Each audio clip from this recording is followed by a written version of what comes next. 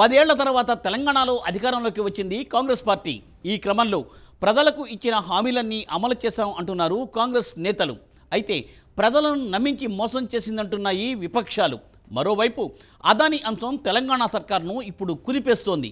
ఈ క్రమంలో ఏడాది కాంగ్రెస్ పార్టీ పాలనలో అసలు ఏం జరిగింది, ప్రజలు ఏమనుకుంటున్నారు, అధికార ప్రతిపక్షాల పరస్పర విమర్శలు ప్రతి విమర్శలతో తెలంగాణ రాజకీయాలు హీటెక్కుతున్నాయా?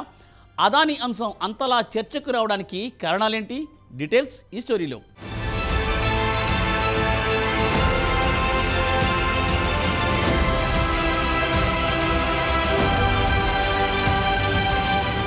తెలంగాణలో 10 ఏళ్ల తర్వాత కాంగ్రెస్ పార్టీ అధికారంలోకి వచ్చింది. తెలంగాణ ఇచ్చిన పార్టీగా ఏపీలో నామరూపాలు లేకుండా పోయిన కాంగ్రెస్ తెలంగాణలో అధికారంలోకి రావడానికి 10 ఏళ్లు పట్టింది. ఎట్టకేలకు రేవంత్ రెడ్డి నాయకత్వంలో కాంగ్రెస్ అధికార పీఠాన్ని దక్కించుకుంది. ఏడాది కాలం పూర్తి చేసుకుంది. ఈ సందర్భంలో ప్రజలకి ఇచ్చిన హామీలను అమలు చేసినట్లు కాంగ్రెస్ పార్టీ చెబుతోంది. మరోవైపు ప్రజలను నమ్మించి మోసం చేసిందని విపక్షాలంటున్నాయి. కాంగ్రెస్ ఏడాది పాలనలో మహిళలకు ఉచిత ప్రయాణం, గ్యాస్ సిలిండర్లు 500కు అందజేయడం, రైతు రుణమాఫీ, 200 యూనిట్లలోపు గృహ వినియోగదారులకు ఉచిత కరెంటు లాంటి పథకాలు అమలు చేసినది. సూపర్ 6గా కాంగ్రెస్ ఎన్నికల మేనిఫెస్టోలో పెట్టిన పథకాలను అమలు చేశామని అధికార పక్షం చెబుతోంది. ఇంకోవైపు రైతు రుణమాఫీ సగం మందికి అందలేదని బీఆర్ఎస్ అంటోంది. మొత్తం మీద ఏడాది పాలనలో తాము అనుకున్నవన్నీ చేశామని కాంగ్రెస్ సంబరాలు జరుపుకుంటోంది. ఇదే క్రమంలో విపక్షాల నుంచి నిరసనలు వ్యక్తమవుతున్నాయి.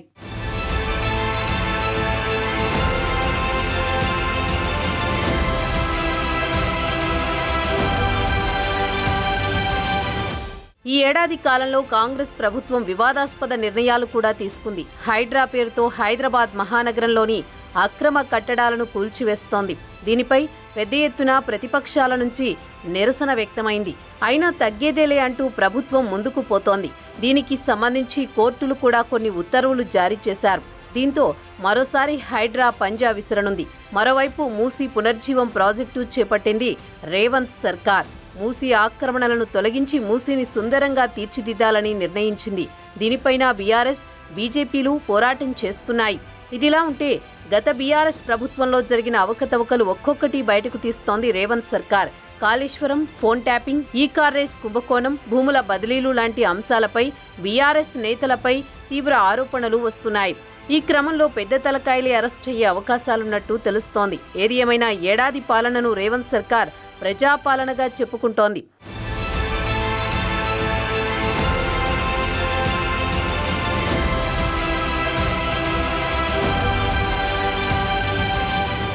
ఈ నేపథ్యంలో అదానీ వ్యవహారం తెలంగాణ సర్కారును ఇరుకున పడేసింది. అదానీపై అమెరికాలో కేసులు నమోదు కావడంతో తెలంగాణలో అదానీ పెట్టుబడులపై రచ్చ మొదలైంది. ఈ క్రమంలోనే తెలంగాణ స్కిల్ యూనివర్సిటీకి అదానీ ఇస్తానన్న 100 కోట్ల నిధులను తిరస్కరించింది రేవంత్ సర్కార్. అయినా ఈ ఇష్యూని వదలడం లేదు బీఆర్ఎస్. కేంద్రంలో కాంగ్రెస్ ఇదే ఇష్యూపై ఎన్డీఏ ప్రభుత్వాన్ని ఇరుకున పెడుతోంది. మరోపక్క తెలంగాణలో అదానీ పెట్టుబడులపై ప్రతిపక్ష బీఆర్ఎస్ ప్రశ్నిస్తోంది. తాజాగా ఈరోజు జరిగిన అసెంబ్లీ సమావేశానికి అదానీ, రేవంత్ రెడ్డి కలిసి ఉన్న ఫోటోతో టీషర్ట్లు ధరించి సమావేశాలకు రావడానికి బీఆర్ఎస్ ఎమ్మెల్యేలు రావడంతో సభలోకి అనుమతి ఇవ్వకుండా బీఆర్ఎస్ నేతలను అరెస్ట్ చేశారు. ఇదే క్రమంలో పార్లమెంటు సమావేశాలకు కాంగ్రెస్ అగ్రనేత రాహుల్ గాంధీ కూడా మోదీ, అదానీ కలిసి ఉన్న ఫోటోతో టీషర్ట్ వేసుకుని నిరసన తెలియజేశారు. దీంతో అటు కేంద్రంలోనూ ఇటు రాష్ట్రంలోనూ అదానీ సెంటర్ పాయింట్ అయినట్లు రాజకీయ విశ్లేషకులు చెబుతున్నారు.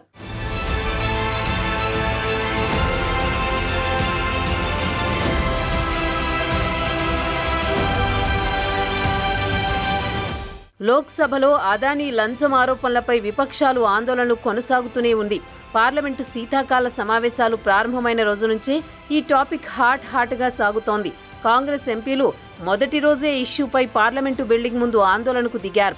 రాజ్యాంగ ప్రతులను చేతిలో పట్టుకుని కేంద్ర ప్రభుత్వానికి వ్యతిరేకంగా నినాదాలు చేశారు. ఈ నిరసన కార్యక్రమంలో కాంగ్రెస్ అగ్రనేతలు రాహుల్ గాంధీ, ప్రియాంక గాంధీ తదితర ఎంపీలు పాల్గొన్నారు. అదానీ, మోదీ భాయ్ భాయ్ అంటూ ముఖానికి మాస్కులు ధరించి నినాదాలు చేశారు. గౌతమ్ అదానీ ఇష్యూపై జేపీసీ ఏర్పాటు చేయాలని డిమాండ్ చేశారు. అదానీ ముడుపుల వ్యవహారంపై కేంద్ర దర్యాప్తు సంస్థలైన సీబీఐ, ఈడీలతో దర్యాప్తు చేయించాలని అన్నారు. మరోవైపు తెలంగాణలో అసెంబ్లీ సమావేశాల ప్రారంభానికి ముందే బీఆర్ఎస్ నేతలు రచ్చ చేశారు. సమావేశాల్లోకి వస్తుండగానే ఆవరణలో ఉత్కంఠ వాతావరణం చోటు చేసుకుంది. బీఆర్ఎస్ వర్కింగ్ ప్రెసిడెంట్ కేటీఆర్తో సహా హరీష్ రావు, మిగతా ఎమ్మెల్యేలు, ఎమ్మెల్సీలు, సీఎం రేవంత్ రెడ్డి, గౌతమ్ అదానీ ఫోటోలతో కూడిన టీషర్ట్లను ధరించి అసెంబ్లీకి చేరుకున్నారు. దాంతో ఆవరణలోని వారిని భద్రతా సిబ్బంది అడ్డుకున్నారు. అదానీ, రేవంత్ భాయ్ భాయ్ అంటూ నినాదాలు చేశారు. ఈ క్రమంలో పోలీసులు కేటీఆర్, హరీష్ రావులను అరెస్టు చేశారు. ఒకే రోజు పార్లమెంటు వేదికగా, తెలంగాణ రాష్ట్ర అసెంబ్లీ వేదికగా ఒకే ఇష్యూపై రచ్చ జరగడం గమనించదగ్గ పరిణామంగా రాజకీయ విశ్లేషకులు చెబుతున్నారు. మొత్తానికి అదానీ అంశం ఇప్పుడు కేంద్రంలోనే కాకుండా తెలంగాణ రాష్ట్రంలోనూ హాట్ టాపిక్గా మారింది. దీనిపై ముందు ఏం జరుగుతుందో చూడాలి మరి.